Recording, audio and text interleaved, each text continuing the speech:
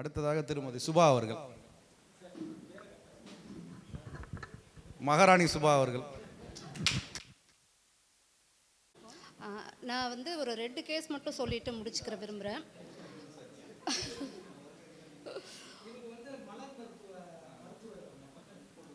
ரொம்ப நன்றி சார்.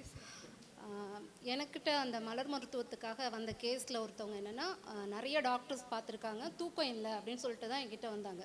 மலர் மருந்துக்காக தான் வந்தாங்க. அவங்க சொன்ன கேஸ் என்ன, அவங்க சொன்ன விஷயம் என்னென்னா, நான் ரொம்ப வருஷமாக தூங்குறதில்ல, எனக்கு வந்து மரண பயம் இருக்குது. அந்த மரண பயம் எதனாலன்னா, என்னோட அண்ணன் வந்து மனநிலை பாதிக்கப்பட்டு மரண பயத்தில் இறந்துருக்காரு, சூசைட் பண்ணி இறந்துருக்காரு. அது மாதிரி எனக்கும் வருமோ அப்படிங்கிற ஒரு பயத்தில் தான் என்கிட்ட வந்தாங்க. அந்த டைம் தான் நானும் ஹோமியோ படிச்சுட்டு இருந்ததுனால ஒரு அக்கோனைட்டன் அப்படின்னு ஒரு மருந்து கொடுத்து, அது கொடுத்து ஒரு 3 சிட்டிங் என்கிட்ட வந்தாங்க. 4வது சிட்டிங்கில் அவங்களுக்கு நல்ல உறக்கம், அந்த மாதிரியான பயம் எதுவுமே இல்லை அப்படிங்கிற ஒரு சிம்டம்ஸ் அவங்கள்ட்டேருந்து மாறிடுச்சு. அப்போ என்கிட்ட சொன்ன விஷயம் என்னென்னா, அவங்களோட பொண்ணு மனநிலை மருத்துவர்.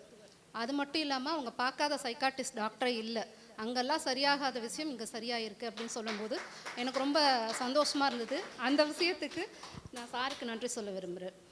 அப்புறம் இன்னொரு கேஸ் என்னென்னா, ஒரு எல்லாருக்கும் நிலாவை பார்த்து சாப்பாடு ஊட்டியிருப்பாங்க இல்லையா, குழந்தை பருவத்தில் அவங்களுக்கு பேய் பயத்தை காமிச்சு தான் சாப்பாடு ஊட்டியிருக்காங்க.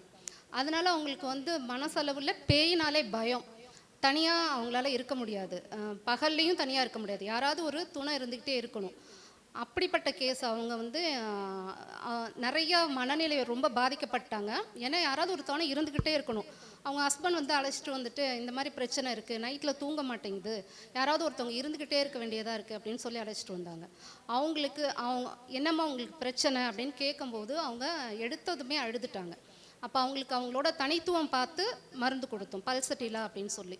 அது அவங்க சாப்பிட்டுட்டு நெக்ஸ்ட்டு 2 வீக் கழித்து அவங்க வரும்போது, எனக்கு நல்ல தூக்கம் வருது, ஆனால் அந்த பயம் மட்டும் போகலை அப்படின்னு சொன்னாங்க. மறுபடியும் அந்த கேஸ் ஸ்டடி எடுத்து அந்த பயத்துக்கான மருந்து கொடுக்கும்போது இப்போ அவங்க அதுலேருந்து சரியாயிட்டாங்க. நன்றி சார். பொதுவாகவே இந்த அலோபதி மருத்துவம் அப்படிங்கிறது வந்து உங்களுக்கு மனம் சார்ந்த விஷயங்களை கையாளுறதே இல்லை. அலோபதி மருத்துவம் வந்து ஒரு மனிதனை வந்து உறுப்புகளாக தான் பார்க்குறாங்க. கைனா தனியாக கை, கால்னா கால், கர்ப்பப்பைனா கர்ப்பப்பை, கிட்னினா கிட்னி, அந்த மாதிரி.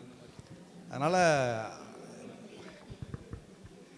ஹோமியோபதி வந்து தனித்துவத்தின் அடிப்படையில் இயங்குகிற ஒரு மருத்துவம். அதுவும் குறிப்பாக வந்து மனம் சார்ந்த விஷயங்களுக்கு மிக முக்கியத்துவம் கொடுக்குது.